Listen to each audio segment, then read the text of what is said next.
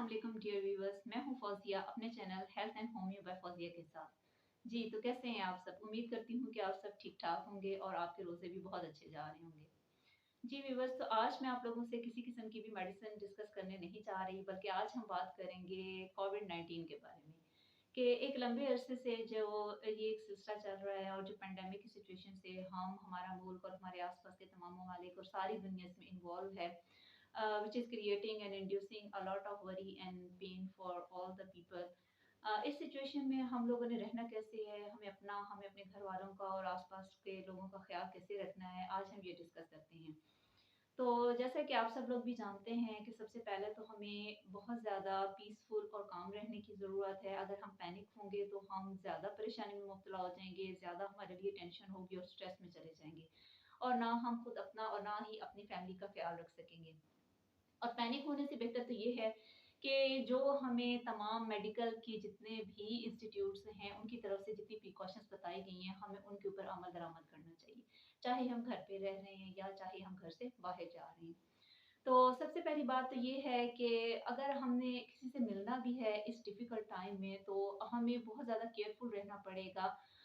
अपने लिए भी और दूसरों से मिलते वक़्त तमाम प्रिकॉशनरी मेजर्स का ख़्याल रखना पड़ेगा।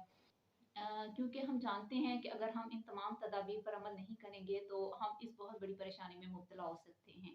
अगर हमने इवेंट्स अरेंज करने हैं, चाहे वो लार्ज स्केल पे कर रहे हैं, चाहे वो स्मॉल स्केल पे कर रहे हैं, तो हमें चाहिए कि हम अपने आने वाले मेहमानों को भी उन तमाम चीज़ों से, उन तमाम एहतियाती तदाबीर से ब्रीफ उनको कर दें कि वो भी इस चीज़ को फ़ॉलो करेंगे अपनी बेहतरी के लिए और आप लोगों के लिए भी।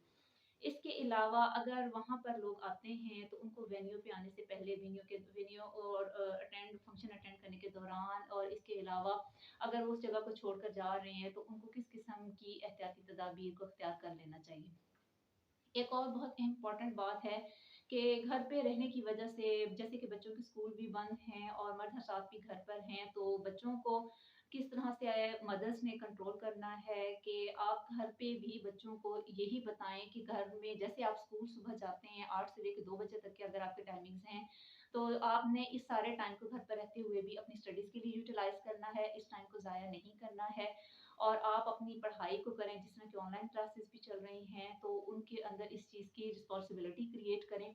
और बीइंग अ मदर मैं खुद ये कहना चाहती हूँ कि हमें ज़्यादा टाइम देना पड़ता है बच्चों को, क्योंकि अगर आप घरदारी करें, अगर आप हाउसवाइफ हैं, तो उसके साथ-साथ बच्चों को ऑनलाइन क्लासेस लेने में भी काफ़ी ज़्यादा उनको हेल्प करनी चाहिए और उनकी स्टडीज़ में और उनको इस चीज़ का एहसास दिलाना चाहिए कि वो इस टाइम को ज़ाया ना करें। बच्चों की बात कर रहे हैं तो मैं ये भी कहती चलूँ कि बच्चों के अंदर हमें किस तरह घर पे रहते हुए उनके अंदर अवेयरनेस पैदा करनी है कि they have to use the mask and they have to wash their hands.